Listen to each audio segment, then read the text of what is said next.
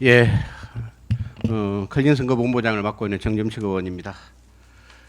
오늘 이재명 가족비리 진상조사단 제1차 회의를 개최를 했습니다. 제3차 대선 후보 TV 토론 이후 이재명 후보 가족에 대한 각종 비리 의혹이 다시금 국민의 관심을 모으고 있습니다. 이재명 가족비리 진상조사단 출범을 알리며 강조했듯이 대선 후보와 그 가족에 대한 검증은 국민의 알 권리이자 헌법적 책무입니다. 이는 민주당 역시 일관되게 주장해 온 사안이기도 합니다. 우리 김문수 후보는 이재명 후보만으로도 할 말이 많다며 아들 문제엔 특별히 관심을 두지 않겠다고 말씀하셨지만 이재명 후보 아들에 대한 국민적 의혹과 검증 요구는 빗발치고 있습니다. 특히 불법 도박, 음란물 유포 등 실정법 위반에 관한 문제가 계속 제기되고 있는데 대통령 후보의 도덕성과 공적 책임을 고려할 때 가족의 비위 문제 또한 피해갈 수 없는 핵심 검증 대상입니다. 이재명 후보는 현재 8건의 사건, 12개의 혐의로 5건의 재판에 계류 중이며 이미 정가사범입니다.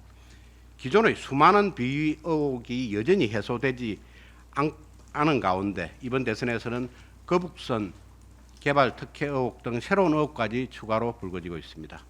지난 12일 배우자 김혜경 씨는 법인카드 유용 선거법 위반 혐의로 항소심에서 벌금 150만 원을 선고받았고 아들 이동호 씨는 불법 도박과 음란물 유포로 벌금 500만 원을 선고받은 사실이 드러났습니다.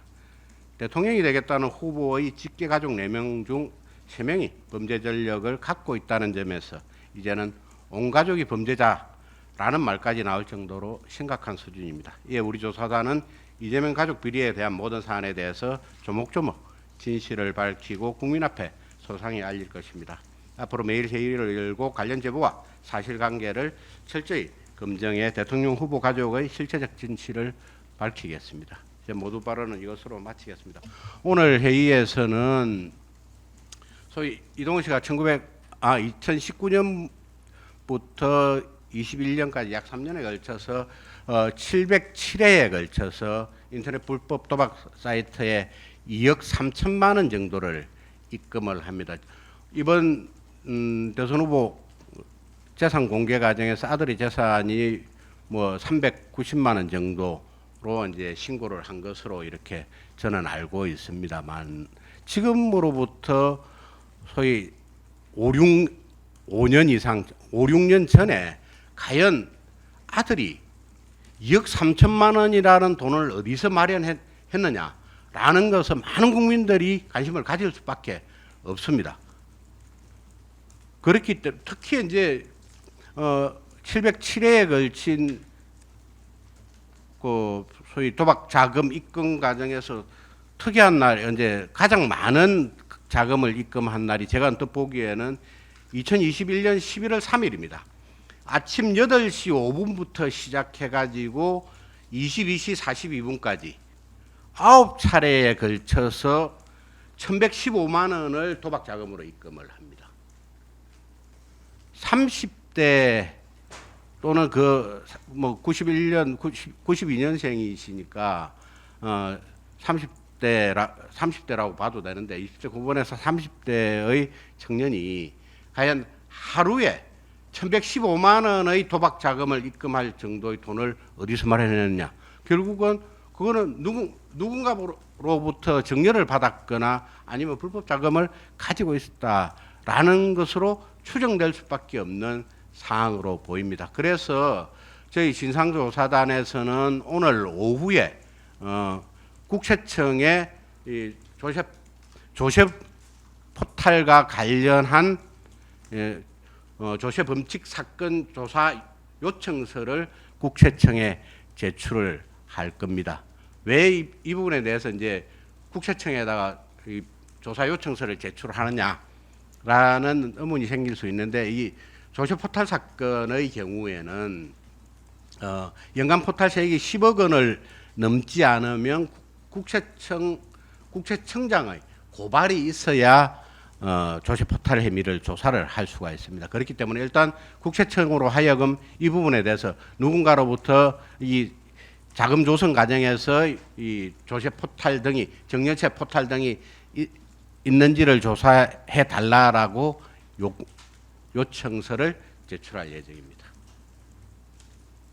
자, 여기에 관해서 또 특별히 뭐 질문하실 분 계신가요? 저희들이 이렇게 이제 여러 가지 말씀을 드리는 것은 어제 이재명 후보께서 여러 가지 뭐 요즘 언론에서 문제를 제기하고 있는 사안들에 대해서 없는 사실을 마구 써서는 안 된다. 일부 언론이 허위 조작에 동조하고 있다. 국민의 주권을 침해하는 행위다 등의 말씀을 하셨기 때문에 이 부분에 관해서도 저희들도 진상조사가 필요하다고 생각을 하고 있습니다. 예. 국세청 조사청 제외하고 다른. 그래서 이제 나머지 일반 형사 사건이 될 수 있는지를 지금 검토를 해야 될 것으로 지금 검토를 시작을 했습니다. 그래서 뭐 예를 들자면 저기 공직자 재산 신고할 때 아들의 재산을 누락했다 또는 선거 때 그렇게 누락했다. 왜 그러냐면 아들이 2억 3천 정도의 돈을 가지고 계좌에 가지고 있었는데도 이런 부분들이 누락됐다면 그 부분에 대해서도 뭐 허위사실 공표 등이 될 수도 있기 때문에 그런 부분에 대해서 검토를 조금 더 해야 될 것으로 보입니다. 그래서 이제 사실은 이 공직선거법상의 허위사실 공표죄의 공소시효가 그 해당 선거일로부터 6개월이기 때문에 그러면 이제 이런 부분들이 여러 가지가 좀 조사가 돼야 이전 선거에서는 허위사실 공표를 했다고 하더라도 그게 이제 공소시효는 지난 부분이고 그런 게 있기 때문에 그런 부분에 대해서 저희들이 조금 법리 검토를 추가로 해서 행사 고발 여부를 결정하려고 생각을 하고 있습니다.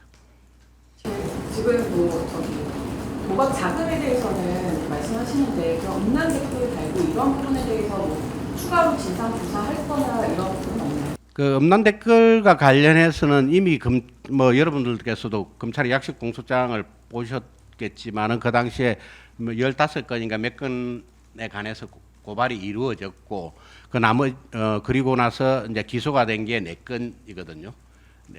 기소가 돼서 4건이 이제 유죄가 확정이 됐는데 음란물 유포로 그 부분에 대해서는 현재로서는 이제 추가로도 더한 부분이 있는지 이런 부분에 대해서는 저희들이 아직까지 자료를 확보하고 있는 게 없기 때문에 그 부분에 대해서도 한번 살펴는 봐야 되지 않나라고 하면서도 그 부분에 대해서 앞으로 어떻게 할 것이다라는 부분을 말씀드릴 수 있는 단계는 아닌 것 같습니다.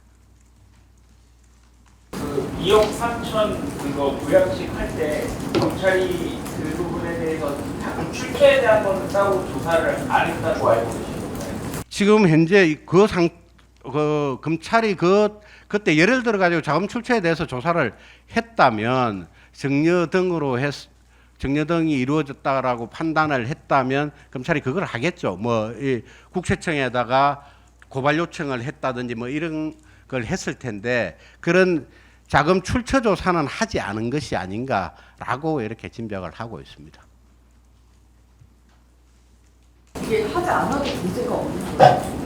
사건 이제 이 사건에 관한 거는 기본적으로 고발된 사건은 불법 도박 그리고 도박이 있었는지의 여부와 이제 소위 음란물 유포에 대한 그런 고발 사건이기 때문에 그 검찰이 제가 말씀을 드렸듯이 기본적으로 조세 포탈 사건은 국세청의 고발이 있어야 검찰이 수사를 할 수가 있습니다. 그런 측면 때문에 아마 그런 따로 조사를 하지 않은 것은 아닌가라는 생각을 가지고 있죠.